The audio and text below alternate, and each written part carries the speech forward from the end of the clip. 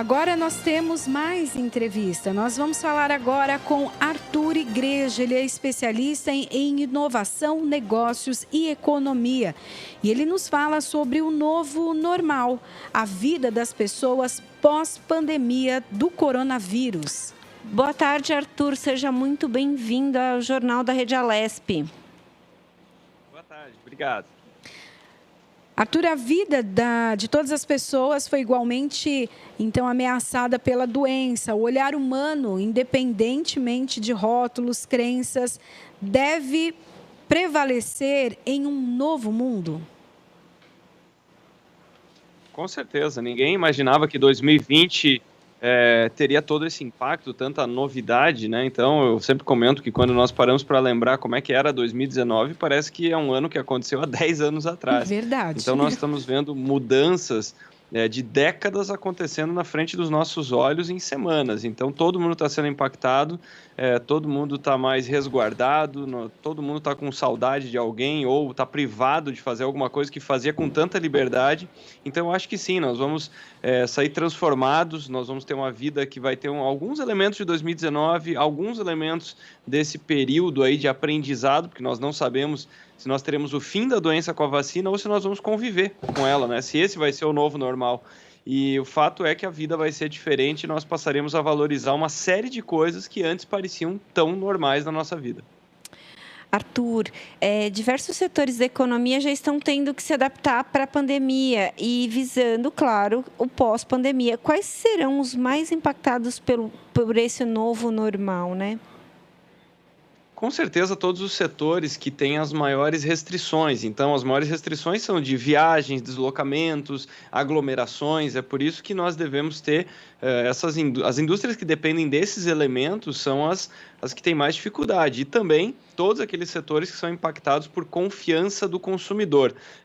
Eu fiz um levantamento considerando vários países que já estão num estágio de saída. Então, por mais que você tenha reabertura dos negócios, os consumidores estão muito temerosos em gastar. E nós já temos esses efeitos aqui no Brasil também, nos lugares em que o comércio voltou, que começou a ter uma retomada. Então, nós temos esses três ingredientes: deslocamento, aglomerações que impactam diretamente eventos, turismo, atividades esportivas, transmissões ao vivo, presença de público.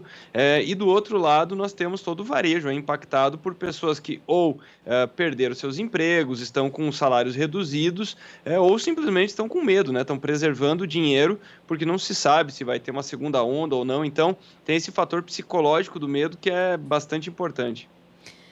Arthur, o e-commerce, ele teve um crescimento exponencial assim nesse período, né, de pandemia, e as empresas precisaram se adaptar rapidamente. Na sua visão, quais são as grandes inovações do setor e elas devem continuar? Elas vão se acelerar, porque aqui no Brasil nós já temos mais de 4 milhões de pessoas que fizeram sua primeira compra pela internet nesse período, então elas tinham alguma espécie de restrição, medo ou simplesmente não tinham prática. E agora, como única alternativa em vários lugares, elas passaram a comprar. Esse hábito novo, ele vem para ficar. Então, o consumidor muda na ponta e toda vez que o consumidor muda, quem está atendendo ele também tem que mudar. Esse é o maior desafio para qualquer empresário, é conseguir acompanhar os hábitos do seu público, né? Então, aqui no Brasil o crescimento tem sido muito importante. O que as associações esperavam que acontecesse em 2023 a 2025 já se consolidou, então nós temos uma antecipação brutal do futuro. Só para dar uma medida, nos Estados Unidos, o e-commerce levou 10 anos para crescer 10% e cresceu outros 10% nas últimas 8 semanas. Então, isso veio para ficar, é um caminho sem volta. Com certeza, a gente tem usado cada vez mais o e-commerce, não tenho dúvidas disso. Arthur, as inovações trazidas pela pandemia podem interferir no relacionamento humano, no face-to-face, ou é totalmente normal em um período de reclusão, medo, para depois um retorno a certa normalidade? Mais uma vez, eu acredito que será um híbrido. Então, nós teremos. Eu acho que as pessoas estão com muita saudade do contato, né? De poder conviver com outras pessoas. De outro lado, nós aprendemos, quem tem essa possibilidade, né? Nós aprendemos a trabalhar de casa, nós aprendemos a otimizar o nosso tempo, nós começamos a perceber que dá para resolver através de uma videoconferência algo que antes te tomava horas no trânsito. Então, com certeza, as empresas vão repensar tudo isso e as pessoas vão rever também os seus hábitos na sua vida pessoal. Então, é normal que esse seja um momento de muita reflexão, de aprender com esse novo. Então, tem um período de adaptação, onde é normal, são normais alguns conflitos, algumas dificuldades até para estabelecer os limites dentro de casa. Eu sempre falo que para os pais que têm suas crianças pequenas, né, é difícil explicar para uma criança que você está indo para o cômodo ao lado para trabalhar, né? Ele pode se sentir excluído ou preterido. Então, todas essas relações elas se reconfiguram nesse período. Então, é um momento que para alguns é de muito estresse, para outros de muito aprendizado, muita gente reclamando de solidão, mas o fato é que é uma nova vida. Eu queria que você falasse um pouquinho para a gente também sobre essa tendência do home office, né? A gente vê que várias empresas que tinham até um certo preconceito com essa modalidade já entenderam que é eficaz e que as pessoas têm trabalhado de casa e rendido muito.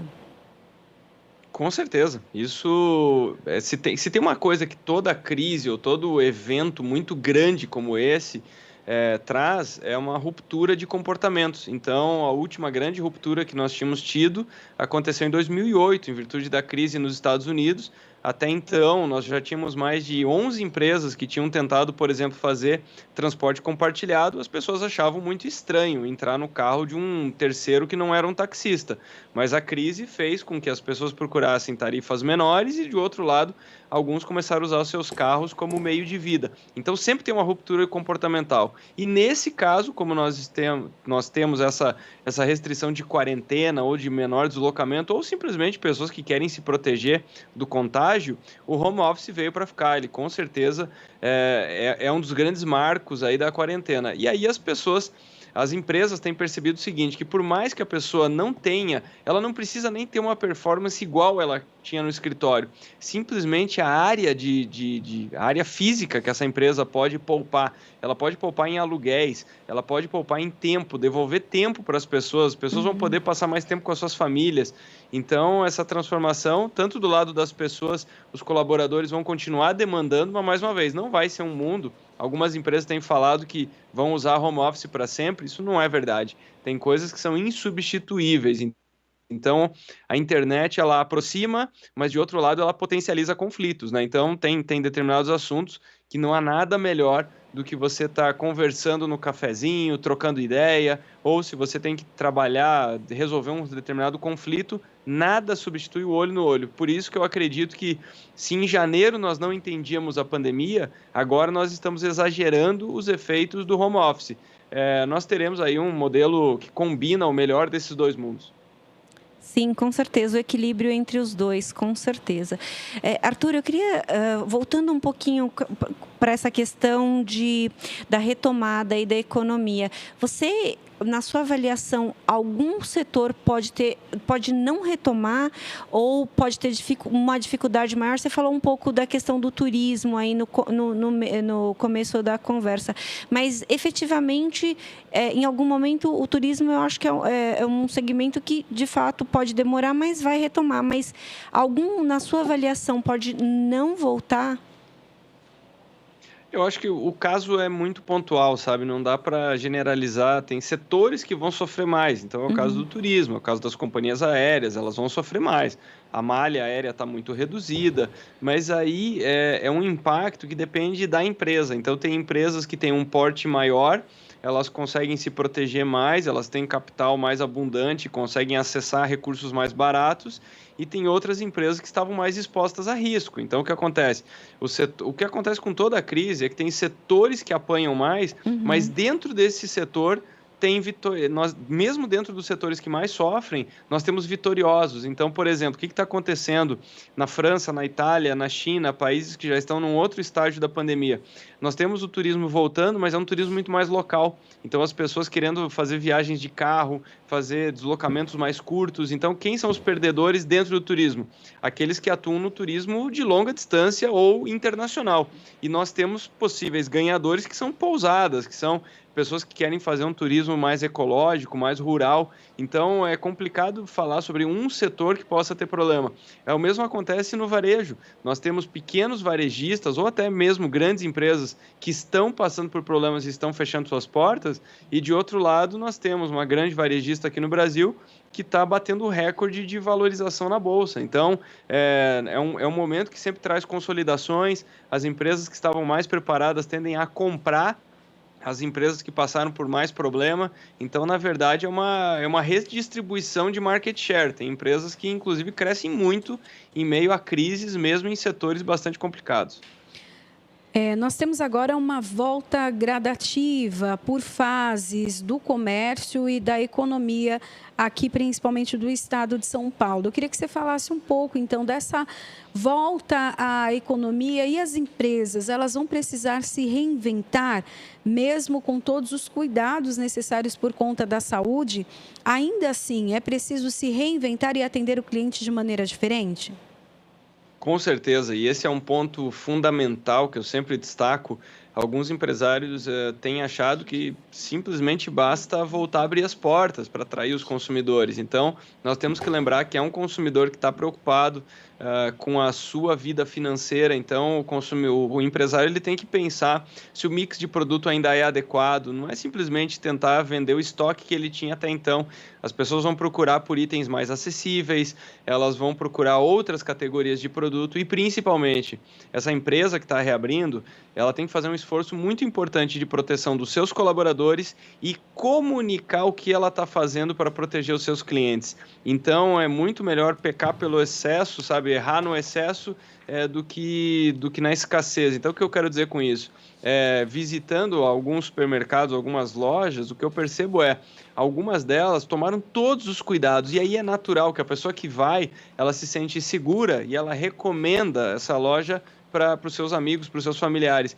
Outras lojas simplesmente abriram e aí você percebe que tomaram os cuidados mínimos, aqueles que o município ou o estado pedem, e o consumidor não se sente seguro, então ele vai evitar esse estabelecimento. Então, nesse momento, higiene, biossegurança, cuidado dos seus colaboradores entram também na conta do marketing, para que você possa vender mais. Vai ser fundamental pensar nisso tudo, nessa jornada do consumidor. Então, eu tenho visto várias empresas que criaram drive-thru, levando o produto até a janela, disponibilizando meios de pagamento sem contato. Eu vi shopping center que, por exemplo, ao invés de você apertar o botão para pegar o cartão do estacionamento, colocaram sensores à distância, sem toque. Não basta colocar álcool gel, tem várias empresas colocando álcool gel que você aciona por pedal. Então parece bobagem, mas esses pequenos detalhes fazem muita diferença na retomada. Ok, Arthur Igreja, muito obrigada, então, pela sua participação, que as empresas fiquem atentas, então, porque você deu dicas preciosas, então, que elas coloquem em prática e possam retomar os seus negócios o mais rápido possível. Muito obrigada. Obrigado, boa tarde. Boa tarde.